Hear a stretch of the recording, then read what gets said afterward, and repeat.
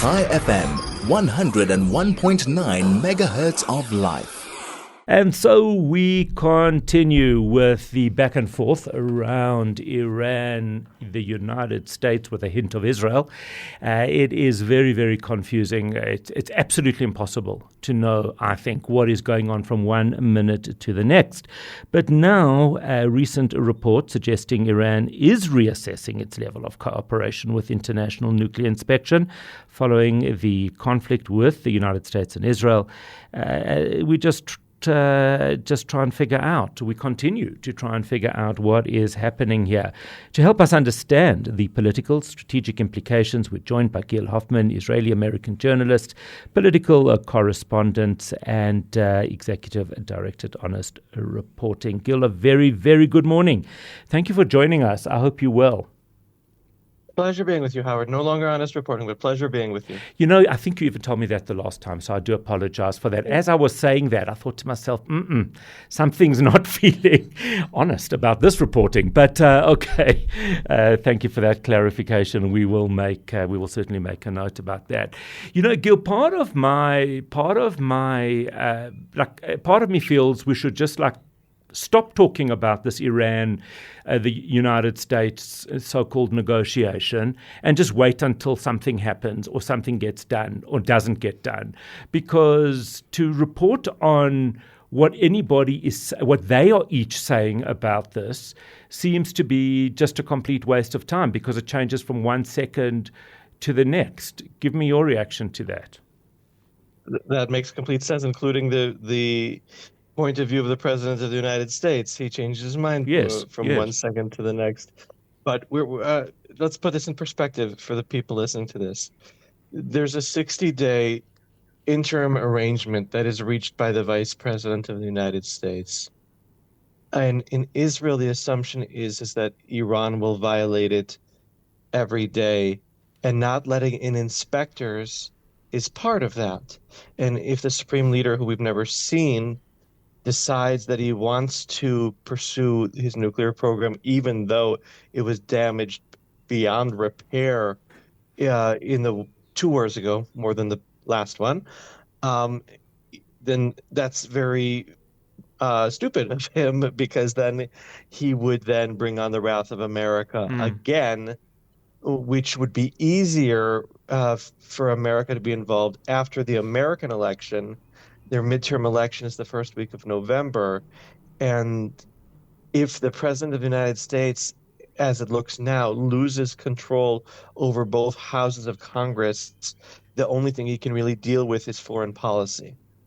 And if the President of the United States keeps control over one house of Congress minimum, then he's re-emboldened. And as a lame duck of a lame duck, he can do whatever he wants.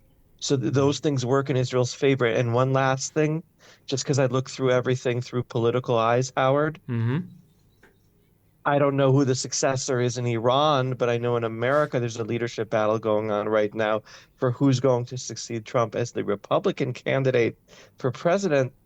And if the deal doesn't get honored, then J.D. Vance, who reached the deal, looks bad, which is good for Israel, whereas Rubio, who negotiated the agreement with Lebanon, which is holding, looks good, and that's good for Israel too.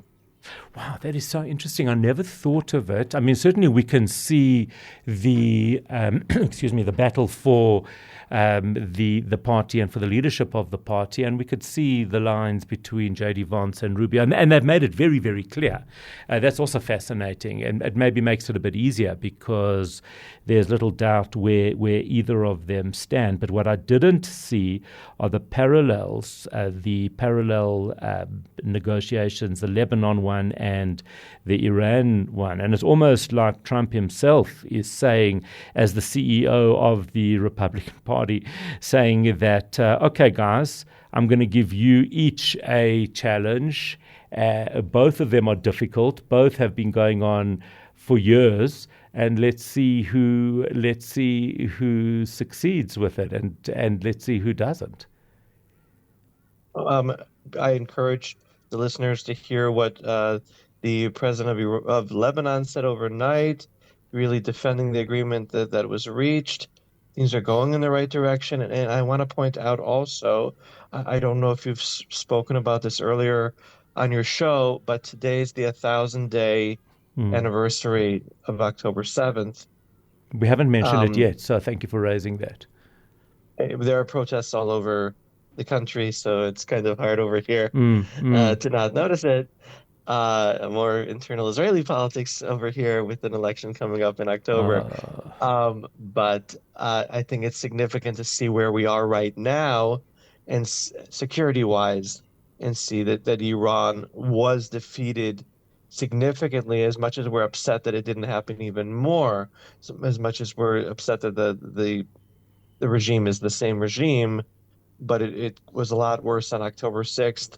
And obviously the same thing with Lebanon, Hezbollah. Syria, Mm, etc. mm. I'm actually a bit upset by what you just have said, not that part of it, the sentences before, to say that there are protests and there are, all over Israel, 1,000 days, political ones. Surely 1,000 days on Shiva Sabbath Tammuz, which can't be a coincidence. Sure. Surely that should be a day of unity, commemoration, support for people who Oh have my. lost loved ones and who have lost people not only on October 7th but following. There's so many families who have been left bereaved and have losses that aren't just not only life but limb and mental health as well. Surely that should be the focus. I mean, I don't mean to be judgmental and all, but maybe sometimes reading as I sometimes say, you can read it's easier to read the label from outside the jar. Surely that's more important. Well, had there been a proper commission of inquiry Ah, that would be statesmanlike and objective, that it would have been formed, as happened after the mistakes of the Yom Kippur War mm-hmm, and things that people might remember less, like the various disasters that there have been in the Maccabea Bridge and the Second Lebanon War and mm, the mm, mm, Lag BaOmer, where so many people died in the Meron Hill, all those got such things. And here people feel that they don't have closure. The people who lost their loved ones or the people who served hundreds of days, and that there hasn't been accountability one way or another, whether this isn't necessarily all people blaming the prime minister who hasn't taken responsibility. Could be supporters of him too who blame the army, the intelligence agencies, etc., for not being ready. So, do you think that is? Do you think that is the root cause of this? The fact that there hasn't been a commission of inquiry that is an external one. Allow me to be cynical again that it is because an election is being initiated right Right, now, right. and that in a multi-party system, everyone who's in support of a party that's not in power, and we have, 20 such parties, Mm, they mm, have an mm. interest in uniting against who is in power and reminding them of October 7th. We don't know yet what this election is going to be about, but they certainly have an interest in keeping October 7th at the forefront between now and then. And so, any anniversary or any day of significance, the prime minister might have made a mistake by not initiating an election somewhat earlier. So October 7th itself will be immediately before our election. That's looking more and more likely it'll be on October 27th, Hmm, hmm, hmm. which sounds too much like October 7th. Yes, yes. As you were saying that, I was thinking, wow, that has some very interesting echoes.